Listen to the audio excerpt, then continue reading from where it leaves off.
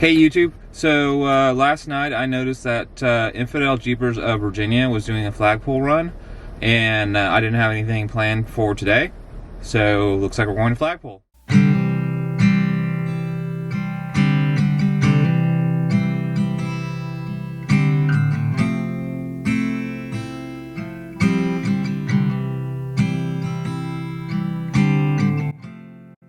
Hey YouTube, so on the way I saw a Catscale and I had to pull over. And so anyway, as you know, we are weighing our options on what kind of motorhome to get, or travel trailer, or fifth wheel for going full-time in the next 4 or 5 years.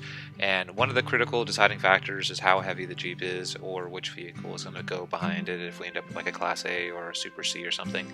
And if it's a gasoline coach, you're limited to 5,000 pounds. And the last time we weighed the Jeep, the trailer was on it and it was fully loaded with camping gear, and it weighed 6,760 pounds, just short of like 7,000 pounds. Like, that's too heavy, obviously. So here I am. I'm going to run it through a Catscale real quick on the way to flagpole, because there's one conveniently here. And we're going to weigh it again with like no trailer and less stuff. Like, the Jeep isn't like totally stripped down and empty, but it will give me a much better idea of like how it's doing weight wise. Hey, if you need instructions on how to read the Catscale paper, or even how to do the Catscale, there'll be a link in the corner explaining it, because I already made a video on it. So anyway, reading this, the Jeep is still 780 pounds overweight, meaning technically it's not supposed to go behind a gas coach, or at least most of the gas coaches out there. There's a couple that have like 7,000 pound limits, but most of them it's about 5,000 pounds. And for reference, I'll like pop up the old Catscale paper of what it looked like in the previous video, just so for comparison sakes. Now you might ask about like pin weight and all that kind of stuff. There basically is no pin weight when you flat tow, because all 4 wheels of the Jeep are actually on the ground, so there's nothing pushing down on the pin itself. It's just straight tow weight. But yes, the flat tow trailer hitch does have a little bit of weight that you have to add. Alright, so onward to the flagpole gnaw meetup.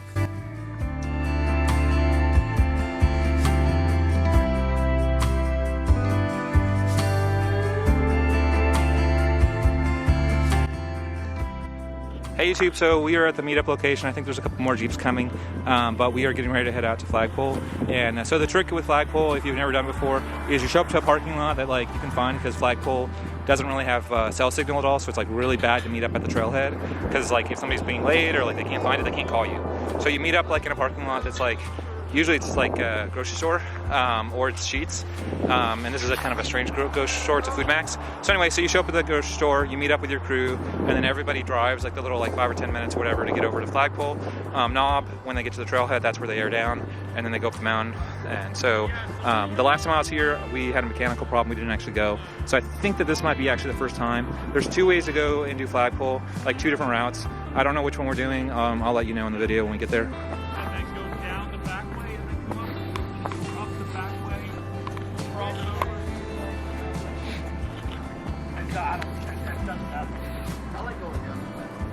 So do I.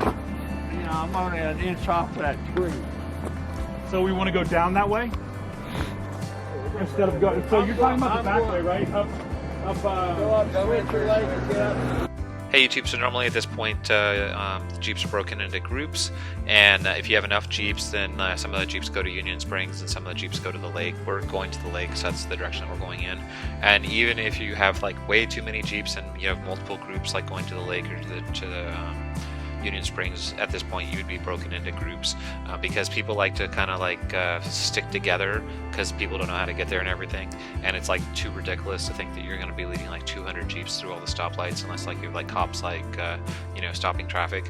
So typically you want a little bit more of a reasonable group size, like say like 2 to 10 Jeeps or 2 to 15 Jeeps. So it is around maybe like 30 minutes from that parking lot that we were in, that everybody meets in, to get all the way to in the mountains, and then going down to the lake, and the next step is going to be airing down.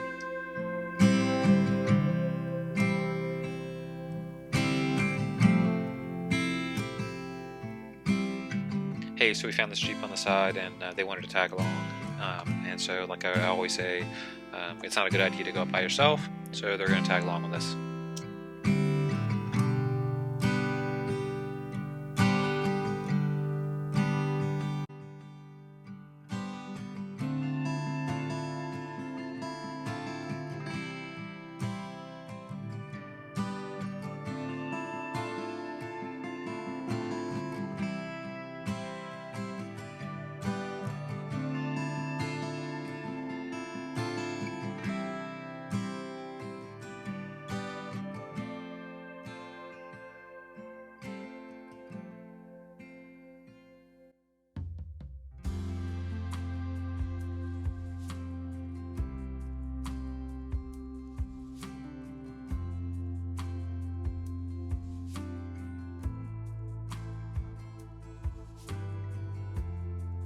Hey YouTube, so we are at the base of Flagpole Knob. This is a lake that people talk about when they go to Flagpole.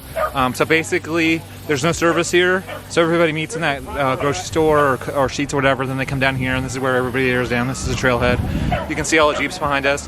Half the group may not be our group. Like, I think that there was a bunch of Jeeps that just showed up that are part of another group, but they might tag along. We'll see how big our group's gonna get. So anyway, so this is it. I'm gonna do a little walk around, let you guys see the Jeeps.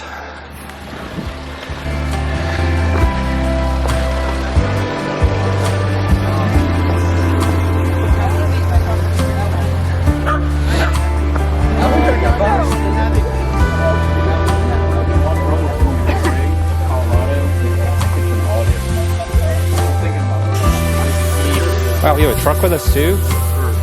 That's like awesome.